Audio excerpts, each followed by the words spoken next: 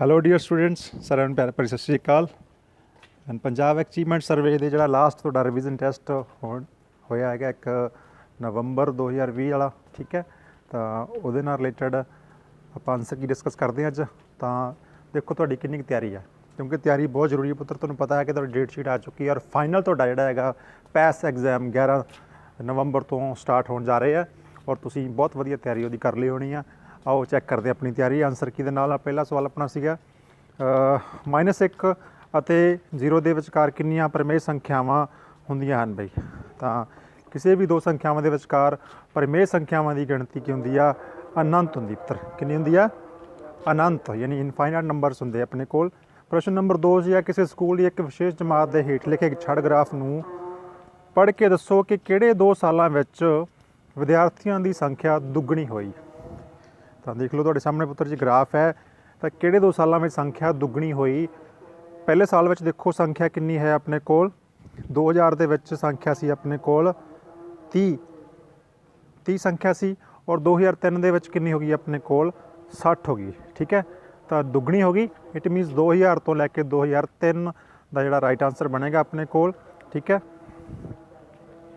ਤਾਂ ਆਪਸ਼ਨ ਦੇਖ ਲਓ ਉੱਥੇ, ਆਪਸ਼ਨ 2000 ਤੋਂ ਲੈ ਕੇ 2003, ਡੀ ਆਪਸ਼ਨ ਕਰੈਕਟ ਹੋ ਗਿਆ।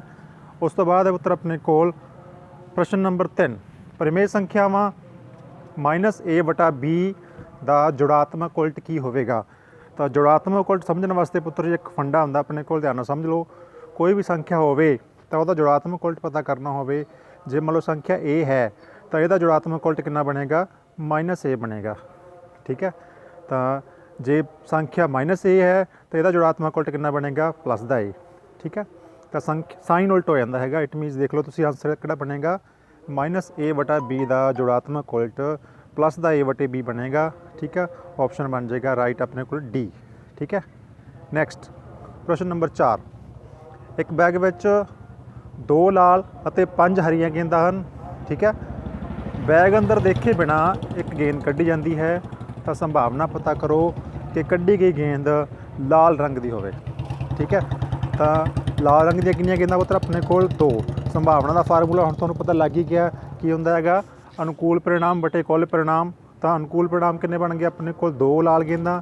ਕੁੱਲ ਕਿੰਨੀਆਂ ਬਣ ਗਈਆਂ? 7। ਤਾਂ 2/7 ਰਾਈਟ ਆਪਸ਼ਨ ਆਪਣਾ ਬਣ ਜਾਏਗਾ ਜੀ, ਠੀਕ ਹੈ। ਉਸ ਤੋਂ ਬਾਅਦ ਸਵਾਲ ਨੰਬਰ 5, ਮੈਥਮੈਟਿਕਸ ਦਾ ਆਖਰੀ ਸਵਾਲ। ਇੱਕ ਵਰਗ ਦਾ ਖੇਤਰਫਲ 1.21 ਵਰਗ ਮੀਟਰ ਹੈ। ਇੱਕ ਵਰਗ ਦਾ ਖੇਤਰਫਲ 1.21 ਵਰਗ ਮੀਟਰ ਹੈ। ਇਸ ਦੀ ਭੁਜਾ ਦੀ ਲੰਬਾਈ ਪਤਾ ਕਰੋ। ਤਾਂ ਤੁਹਾਨੂੰ ਪਤਾ ਹੀ ਆ ਵਰਗਮੂਲ ਦੇ ਸਵਾਲ ਤੁਸੀਂ ਕੱਢੇ ਆ।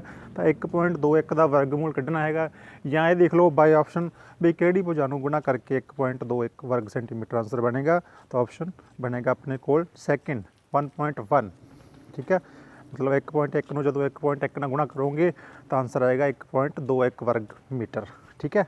ਆਪਸ਼ਨ ਸੈਕਿੰਡ ਰਾਈਟ ਆਨਸਰ ਸੀਗਾ। ਨੈਕਸਟ ਆਪਾਂ ਦੇਖਦੇ ਹਾਂ ਜੀ। ਹਾਂਜੀ, ਤਾਂ ਇਸ ਤੋਂ ਬਾਅਦ ਸਾਇੰਸ ਦੇ ਪ੍ਰਸ਼ਨ ਆਪਣੇ ਕੋਲ ਹੈ। ਪ੍ਰਸ਼ਨ ਨੰਬਰ 6, ਕਹਿੰਦਾ ਰਾਜੂ ਆਪਣੀ ਭੂਆ ਦੇ ਘਰ ਦਿੱਲੀ ਗਿਆ ਹੋਇਆ ਸੀ। ਉਸ ਸਵੇਰ ਸਮੇਂ ਘੁੰਮਣ ਜਾਂਦੇ ਹੋਏ ਉਸਨੇ ਵੇਖਿਆ ਕਿ ਕੋਹਰੇ ਵਰਗੀ ਮੋਟੀ ਪਰਤ ਕਾਰਨ ਕੁਝ ਦਿਖਾਈ ਨਹੀਂ ਦੇ ਰਿਹਾ ਸੀ। ਉਸਨੇ ਵਾਪਸ ਆ ਕੇ ਆਪਣੇ ਅਧਿਆਪਕ ਕੋਲੋਂ ਇਸ ਦਾ ਕਾਰਨ ਪੁੱਛਿਆ ਤਾਂ ਉਸ ਦੇ ਅਧਿਆਪਕ ਨੇ ਦੱਸਿਆ ਕਿ ਇਹ ਧੂਮ ਕੋਹਰਾ ਹੁੰਦਾ ਹੈ ਅਤੇ ਇਹ ਡੈਸ਼ ਤੋਂ ਬਣਦਾ ਹੈ। ਇਹਨਾਂ ਵਿੱਚੋਂ ਦਿੱਤੇ ਗਏ 4 ਆਪਸ਼ਨਾਂ ਤੋਂ ਕਿਸ ਤੋਂ ਬਣਦਾ ਹੈ? 4 ਆਪਸ਼ਨ ਤੁਸੀਂ ਦੇਖੋ। ਕੋਹਰਾ ਤੁਸੀਂ ਦੇਖ ਰਹੇ ਹੋ ਫੋਟੋ ਦੇ ਵਿੱਚ। ਤਾਂ ਪਹਿਲਾ ਆਪਸ਼ਨ ਸੀ ਵਾਸ਼ਪ ਪਲੱਸ ਕੋਹਰਾ, ਦੂਜਾ ਹੈ ਧੂਆਂ ਪਲੱਸ ਕੋਹਰਾ, ਤੀਜਾ ਹੈ ਵਾਸ਼ਪ ਪਲੱਸ ਬਰਫ਼, ਚੌਥਾ ਸੀ ਕੋਈ ਨਹੀਂ। ਤਾਂ ਇਹ ਬਣਦਾ ਹੈਗਾ ਧੂਆਂ ਅਤੇ ਕੋਹਰੇ ਤੋਂ, ਯਾਨੀ ਕਿ ਸਮੋਕ ਪਲੱਸ ਫਰੋਗ ਤੋਂ ਬਣਦਾ ਹੈ, ਠੀਕ ਹੈ। Smog, clear. ਨੈਕਸਟ ਪ੍ਰਸ਼ਨ ਨੰਬਰ 7 ਹੈ ਜੀ। ਜਗਦੀਪ ਨੇ ਇੱਕ ਸੁੰਦਰ ਪਤੰਗੇ ਨੂੰ ਕੋਕੂਨ ਵਿੱਚੋਂ ਬਾਹਰ ਨਿਕਲਦੇ ਵੇਖਿਆ। ਇਸ ਬਾਰੇ ਉਸਨੇ ਆਪਣੇ ਵਿਗਿਆਨ ਦੀ ਅਧਿਆਪਕ ਨੂੰ ਦੱਸਿਆ। ਅਧਿਆਪਕ ਨੇ ਸਮਝਾਇਆ ਕਿ ਕਈ ਜੀਵਾਂ ਵਿੱਚ ਕੁਝ ਵਿਸ਼ੇਸ਼ ਪਰਿਵਰਤਨਾਂ ਤੋਂ ਬਾਅਦ ਟੈਡਪੋਲ ਪ੍ਰੌਢ ਵਿੱਚ ਰੂਪਾਂਤਰਿਤ ਹੋ ਜਾਂਦਾ ਹੈ। ਹੇਠਾਂ ਦਿੱਤਾ ਗਿਆ ਚਿੱਤਰ ਕੀ ਦਰਸਾਉਂਦਾ ਹੈ? ਤਾਂ ਤੁਸੀਂ ਦੇਖੋ ਤੁਹਾਡੇ ਸਾਹਮਣੇ ਇੱਕ ਪਿਕਚਰ ਦਿਖਾਈ ਗਈ ਹੈ, ਠੀਕ ਹੈ। ਦੇਖੋ ਐਗ ਤੋਂ ਬਾਅਦ ਟੈਡਪੋਲ ਹੈ, ਟੈਡਪੋਲ ਤੋਂ ਬਾਅਦ, ਠੀਕ ਹੈ, ਫਰੋਗਲੈਟ ਦਿਖਾਇਆ ਗਿਆ, ਉਸ ਤੋਂ ਬਾਅਦ ਦਿਖਾਇਆ ਉਹਨੇ ਫਰੋਗ ਬਣ ਗਿਆ। ਤਾਂ ਇਸ ਅਵਸਥਾ ਨੂੰ ਕੀ ਕਹਿੰਦੇ ਹਨ? ਇਹ ਹੈ ਆਪਣੇ ਕੋਲ ਮੈਟਾਮੋਰਫੋਸਿਸ ਇਨ ਫਰੋਗ। ਡੱਡੂ ਵਿੱਚ ਕਾਇਆ ਪਰਿਵਰਤਨ। ਪਹਿਲਾ ਆਪਸ਼ਨ ਹੀ ਆਪਣਾ ਦਾ ਰਾਈਟ ਬਣਦਾ ਪੁੱਤਰ ਜੀ, ਠੀਕ ਹੈ। ਸਮਝ ਲੱਗ ਗਈ। ਉਸ ਤੋਂ ਬਾਅਦ ਹੈ ਪ੍ਰਸ਼ਨ ਨੰਬਰ 8, ਪ੍ਰੀਤੀ ਨੇ ਅੱਜ ਜਮਾਤ ਵਿੱਚ ਪੜ੍ਹਿਆ ਕਿ ਤਾਜ ਮਹਿਲ ਦਾ ਸੰਗਮਰਮਰ ਪੀਲਾ ਪੈਂਦਾ ਜਾ ਰਿਹਾ ਹੈ, ਜਿਸ ਨੂੰ ਸੰਗਮਰਮਰ ਕੈਂਸਰ ਵੀ ਆਖਦੇ ਹਨ। ਇਹ ਤੇਜ਼ਾਬੀ ਵਰਖਾ ਕਾਰਨ ਹੁੰਦਾ ਹੈ। ਆਗਰਾ ਅਤੇ ਇਸ ਦੇ ਚੌਹਾਂ ਪਾਸਿਆਂ ਤੇ ਸਥਿਤ ਅਜਿਹੇ ਕਿਹੜੇ ਕਾਰਕ ਗੈਸਾਂ ਹਨ ਜੋ ਤੇਜ਼ਾਬੀ ਵਰਖਾ ਦੇ ਲਈ ਕਾਰਕ ਹਨ? ਤਾਂ ਤੇਜ਼ਾਬੀ ਵਰਖਾ ਲਈ ਆਪਣੇ ਕੋਲ ਸਲਫਰ ਡਾਈਆਕਸਾਈਡ ਵੀ ਰਾਈਟ ਹੈਗਾ, ਨਾਈਟ੍ਰੋਜਨ ਡਾਈਆਕਸਾਈਡ ਵੀ ਰਾਈਟ ਹੈ। ਠੀਕ ਹੈ, ਤਾਂ ਡੀ ਆਪਸ਼ਨ ਸਹੀ ਬਣ ਜਾਏਗਾ, ਊੜਾ ਅਤੇ ਆੜਾ ਦੋਨੋਂ, ਬੋਥ ਏ ਐਂਡ ਬੀ, ਯਾਨੀ ਕਿ ਸਲਫਰ ਡਾਈਆਕਸਾਈਡ ਵੀ ਕਾਰਕ ਹੈਗਾ ਇਹਦਾ, ਨਾਈਟ੍ਰੋਜਨ ਡਾਈਆਕਸਾਈਡ ਵੀ ਹੈ। ਠੀਕ ਹੈ, ਸਾਇੰਸ ਦੇ ਪ੍ਰਸ਼ਨ ਧਿਆਨ ਨਾਲ ਸਮਝ ਲਓ ਪੁੱਤਰ ਜੀ। ਔਰ ਉਸ ਤੋਂ ਬਾਅਦ ਹੈ ਪ੍ਰਸ਼ਨ ਨੰਬਰ 9। ਮਨਜੋਤ ਦੀ ਮਾਤਾ ਨੇ ਭਟੂਰੇ ਬਣਾਉਣ ਲਈ ਆਟੇ ਵਿੱਚ ਚੀਨੀ ਅਤੇ ਥੋੜ੍ਹਾ ਜਿਹਾ ਖਮੀਰ ਪਾਊਡਰ ਮਿਲਾ ਕੇ ਗੁੰਨ ਲਿਆ। ਮਨਜੋਤ ਨੇ ਵੇਖਿਆ ਕਿ ਕੀ ਕੁਝ ਦੇਰ ਬਾਅਦ ਗੁੰਨਿਆ ਹੋਇਆ ਆਟਾ ਫੁੱਲ ਗਿਆ। ਤਾਂ ਮਨਜੋਤ ਨੇ ਆਪਣੀ ਮਾਤਾ ਤੋਂ ਇਸ ਦਾ ਕਾਰਨ ਪੁੱਛਿਆ, ਤਾਂ ਉਸਨੇ ਕੀ ਕਾਰਨ ਦੱਸਿਆ ਹੋਵੇਗਾ?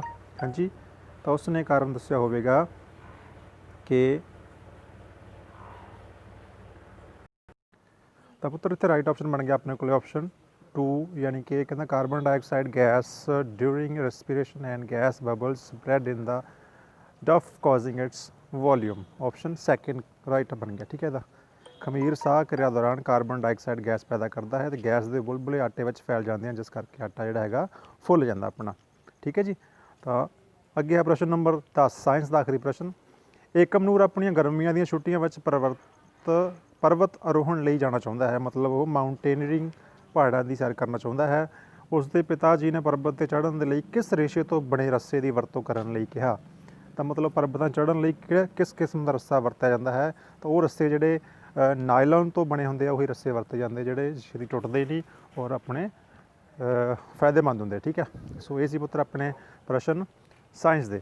ਉਸ ਤੋਂ ਬਾਅਦ ਆਪਣੇ ਕੋਲ ਹੈ ਇੰਗਲਿਸ਼ ਵਿਸ਼ਾ, ਔਰ ਇੰਗਲਿਸ਼ ਵਿਸ਼ੇ ਵਾਸਤੇ ਸਭ ਤੋਂ ਜਿਹੜਾ ਇੰਪੋਰਟੈਂਟ ਪਾਰਟ ਹੈਗਾ ਆਪਣੇ ਕੋਲ ਇੱਕ ਪੈਰਾਗ੍ਰਾਫ, ਉਹਦੇ ਵਿੱਚੋਂ ਦੇਖ ਕੇ ਆਪਾਂ ਨੇ ਆਨਸਰ ਦੇਣੇ ਹੈਗੇ ਆ। ਠੀਕ ਹੈ, ਪੈਰਾਗ੍ਰਾਫ ਤੁਸੀਂ ਧਿਆਨ ਨਾਲ ਪੜ੍ਹ ਲੈਣਾ ਹੈਗਾ।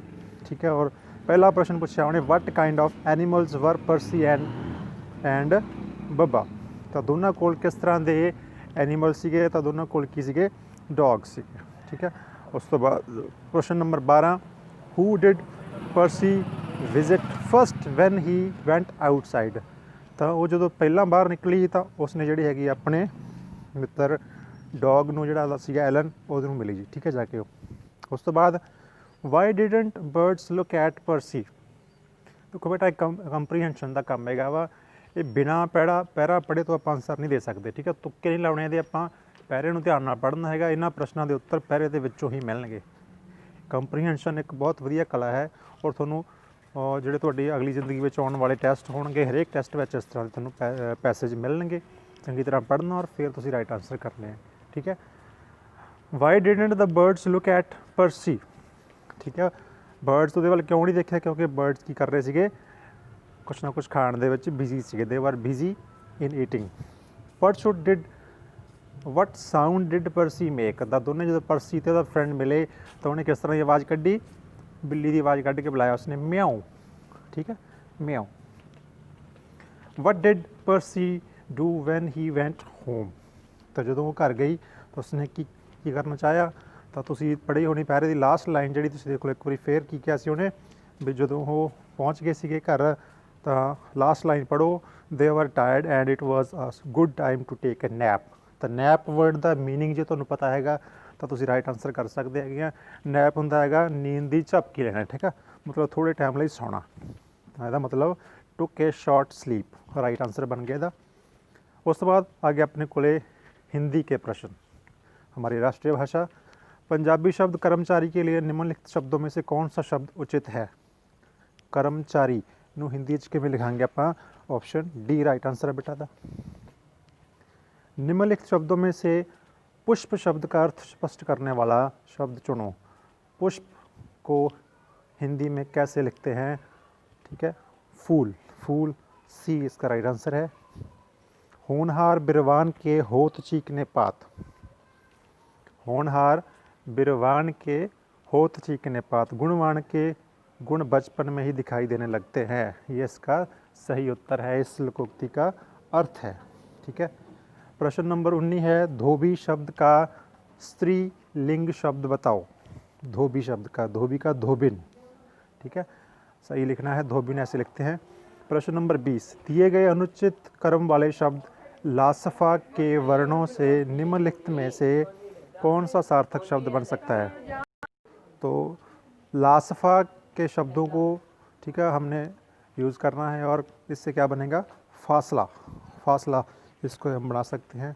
और प्रश्न नंबर 21 पंजाबी की गल करिए, पंजाबी मुड़ तो ही मेलों के बड़े शौकीन हैं। हाँ भी पंजाबी होए भी है ना, दे दो फिर आंसर फटाफट। की आंसर सीगा, खुला डुला सुभाਅ पता लगता अपन इत्थों पंजाबियों का। किसी देश में आबादी वधन कारण किहड़ियां-किहड़ियां समस्यावां पैदा होंदियां हन। तो आबादी जो ज़्यादा होगी देख लो तो जरूरी वस्तां की घाट हो जाती है, मुढ़लियां सहूलतां मिलने में औख होंदी है, बेरोज़गारी वध जाती है। सारा कुछ ही सही है, तो उपरोक्त सारे राइट आंसर बन गया। पगडंडी शब्द का समानार्थक शब्द चुनो।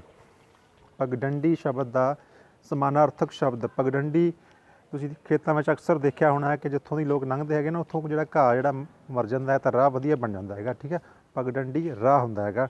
सो पाटियां नूं जोड़न लई सूचक किहड़ी चीज़ है। तो पाटियां नूं कैंची नाल तां सिउंदे नहीं बई, ना ही चाकू नाल सिउंदे है ना, सूई नाल जिहड़ा आपां सिउंदे हैगे, सूई जोड़न का काम करती है ना। प्रश्न नंबर 25 तुहाडे पिंड दे स्कूल नूं आउण वाला रस्ता काफ़ी गंदा है, तुसीं इसकी सफाई लई किस नूं पत्र लिखोगे। हाँ जी, पिंड का काम हैगा तो पिंड के सरपंच नूं कहांगे आपां भी सरपंच साहब ये रस्ता जिहड़ा हैगा सफाई करने वाला है, कृपा करके सफाई करवा दिओ। प्रश्न नंबर 26 आ जाओ भी SS के प्रश्न आ गए। ठीक है, प्रैक्टिकल जो सवाल होंगे है। दविंदर के पिता जी उसनूं दसदे हन कि 1772 ईस्वी में जदों बंगाल उत्ते ईस्ट इंडिया कंपनी का सीधा शासन लागू हो गया सी, तो उस समय नवे बने गवर्नर जनरल ने भारत में अंग्रेजी साम्राज का विस्तार करना शुरू कर दिता।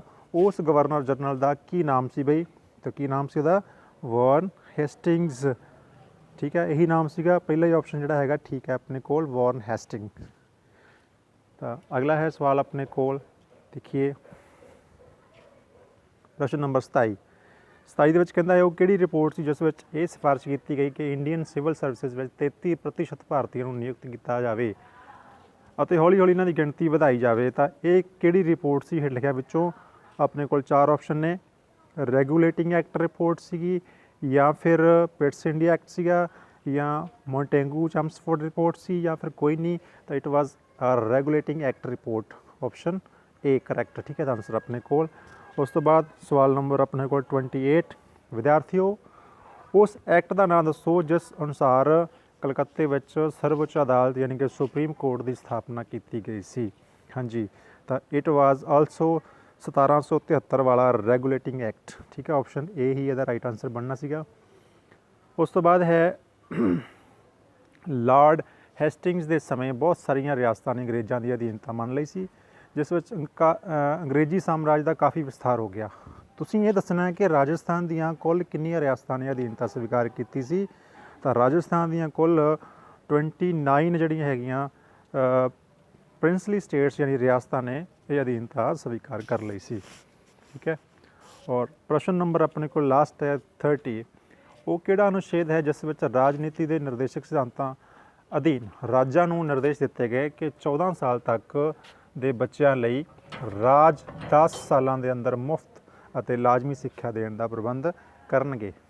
तो ये किहड़ा आर्टिकल सी भाई अपने कोल, आर्टिकल 45 राइट आंसर सी इहदा, अनुच्छेद 45।